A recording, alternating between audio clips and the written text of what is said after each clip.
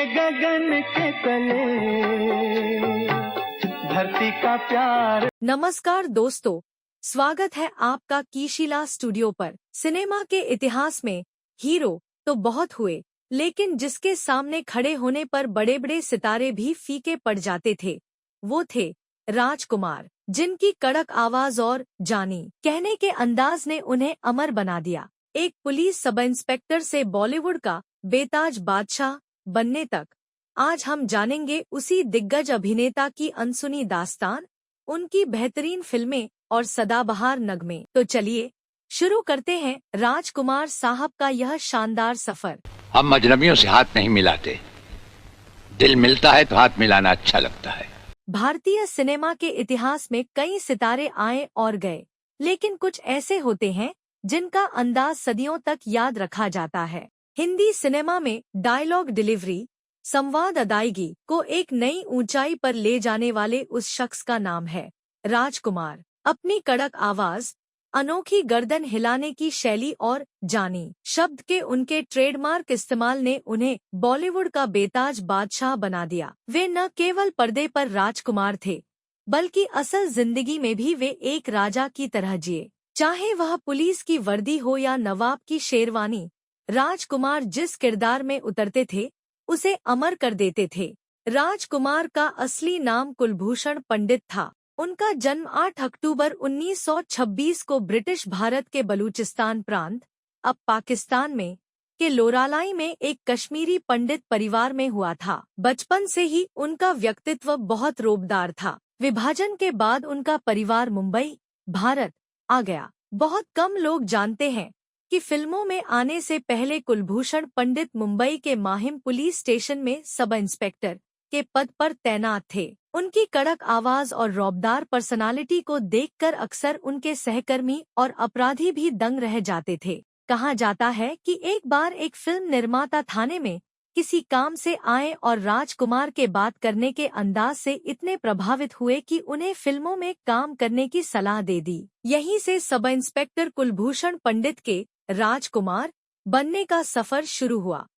राजकुमार ने 1952 में फिल्म रंगीली से अपना डेब्यू किया, लेकिन शुरुआत में उन्हें वो पहचान नहीं मिली जिसके वे हकदार थे। उनकी किस्मत का सितारा तब चमका जब 1957 में महबूब खान की ऐतिहासिक फिल्म मदर इंडिया रिलीज हुई। इस फिल्म में उन्होंने नरगिस के पति शामू का किरदार निभाया था। रोल छोटा था, लेकिन उनका प्रभाव गहरा था। इसके बाद 1960 के दशक में राजकुमार ने अपनी एक्टिंग की धार को और तेज किया। उन्होंने रोमांटिक हीरो से लेकर संजीदा किरदारों तक हर रोल में जान डाल दी। उनकी खास शैली, द आइकॉनिक स्टाइल, राजकुमार अपनी शर्तों पर काम करने के लिए मशहूर थे। वे सेट पर अपने डायलॉग्स खुद बदल दिया करते थे। उनका जानी कहने का अंदाज, पाइप पीने का स्टाइल और सफेद जूतों का उनका शौक उन्हें बाकी एक्टर्स से अलग बनाता था। वे निर्देशकों को भी साफ कह देते थे,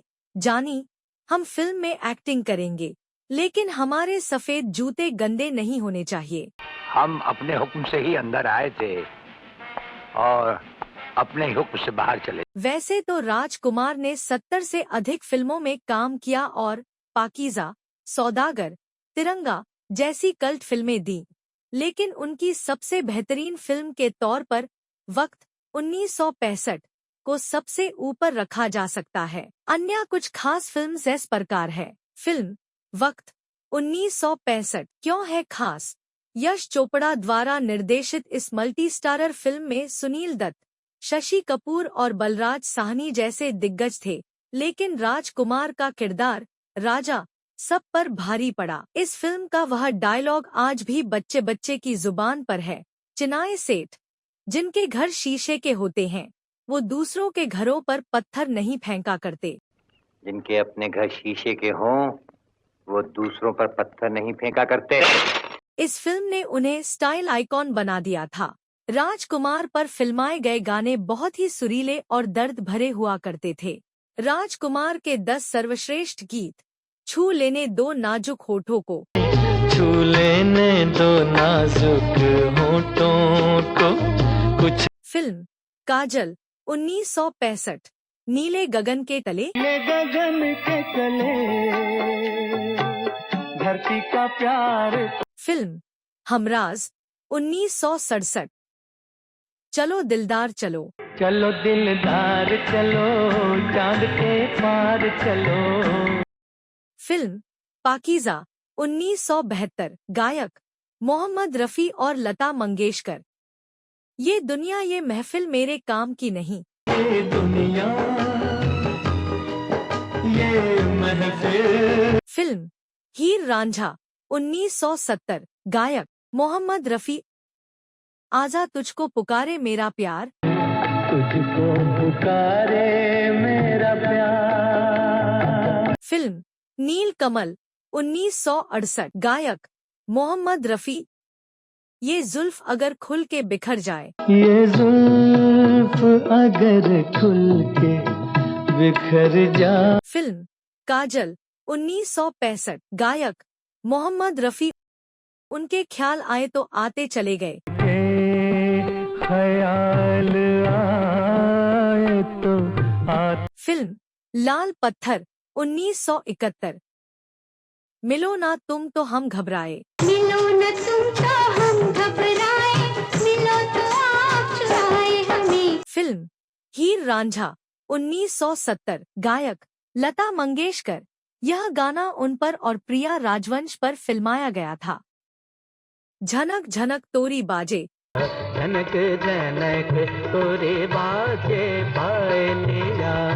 फिल्म मेरे हुजूर 1968। गायक मन्ना डे। राजकुमार का अभिनय इसमें देखने लायक था। चेहरे पे खुशी छा जाती है। चेहरे पे खुशी छा जाती है, आंखों में। फिल्म वक्त 1965। गायक आशा भोसले। साधना के साथ उनका रोमांटिक अंदाज। दोस्तों, अगर आपको भी दमदार आवाज में डायलॉग रिकॉर्ड करना या यूट्यूब वीडियो बनाना पसंद है, तो एक अच्छा माइक्रोफोन बहुत जरूरी होता है। इसीलिए मैं आपको बता रहा हूँ सैमसंग CL7 कंडेंसर माइक्रोफोन के बारे में।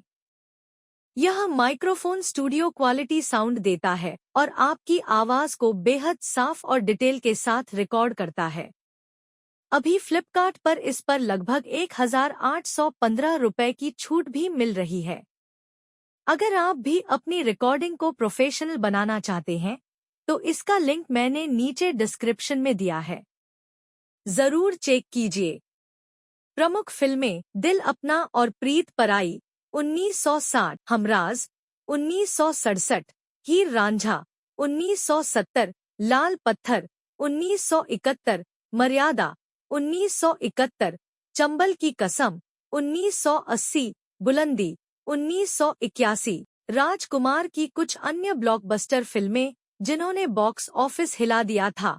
पाकीज़ा 1972। इसमें सलीम अहमद खान का उनका किरदार बहुत ही संजीदा और क्लासिक था।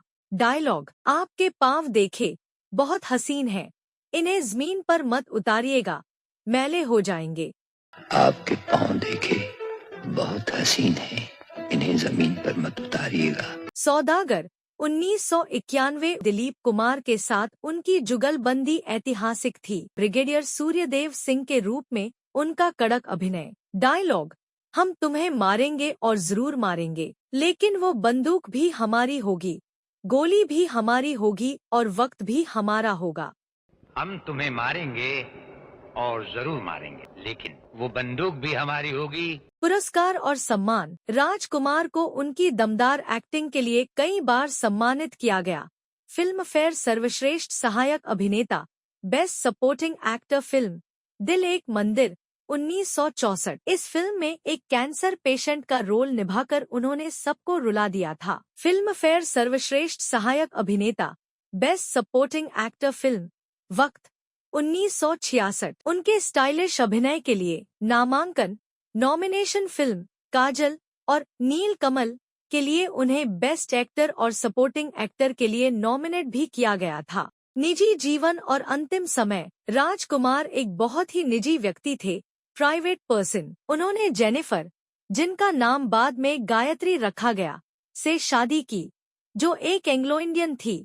और उनसे फ्लाइट में मिली थी। उनके 3 बच्चे हैं, पुरु राजकुमार बेटा, पाणिनि राजकुमार बेटा और वास्तविकता पंडित बेटी। जीवन के अंतिम पड़ाव में उन्हें गले का कैंसर हो गया था। कहा जाता है कि उन्हें अपनी मौत का आभास हो गया था, लेकिन वे नहीं चाहते थे कि उनकी बीमारी का तमाशा बने। उन्होंने अपने परिवार से कहा था कि उनकी मौत की खबर मीडिया को तब दी जाए जब उनका अंतिम संस्कार हो चुका हो। 3 जुलाई 1996 को 69 वर्ष की आयु में अपनी शर्तों पर जीने वाला यह जानी दुनिया को अलविदा कह गया। राजकुमार केवल एक अभिनेता नहीं थे, वे एक व्यक्तित्व थे। आज के दौर में जब एक्टर्स भीड़ में खो जाते हैं, राजकुमार का वो कड़क और शाही अंदाज याद आता है। उनकी आवाज की गूंज और डायलॉग्स की वह खनक आज भी भारतीय सिनेमा के गलियारों में जिंदा है। वे सही मायनों में फिल्म जगत के राजकुमार थे। अगर आपको राजकुमार जी की यह जीवनी पसंद आई तो कृपया लाइक करें, कमेंट करके बताएं कि आपका पसंदीदा राजकुमार डायलॉग कौन सा है। शेयर करें अपने दोस्तों और परिवार के साथ। सब्सक्राइब करें कीशिला स्टूडियो को, ताकि हम आपके लिए ऐसे ही बेहतरीन वीडियो और जीवनियां लाते रहें। धन्यवाद। छू लेने दो नाजुक होठों को, कुछ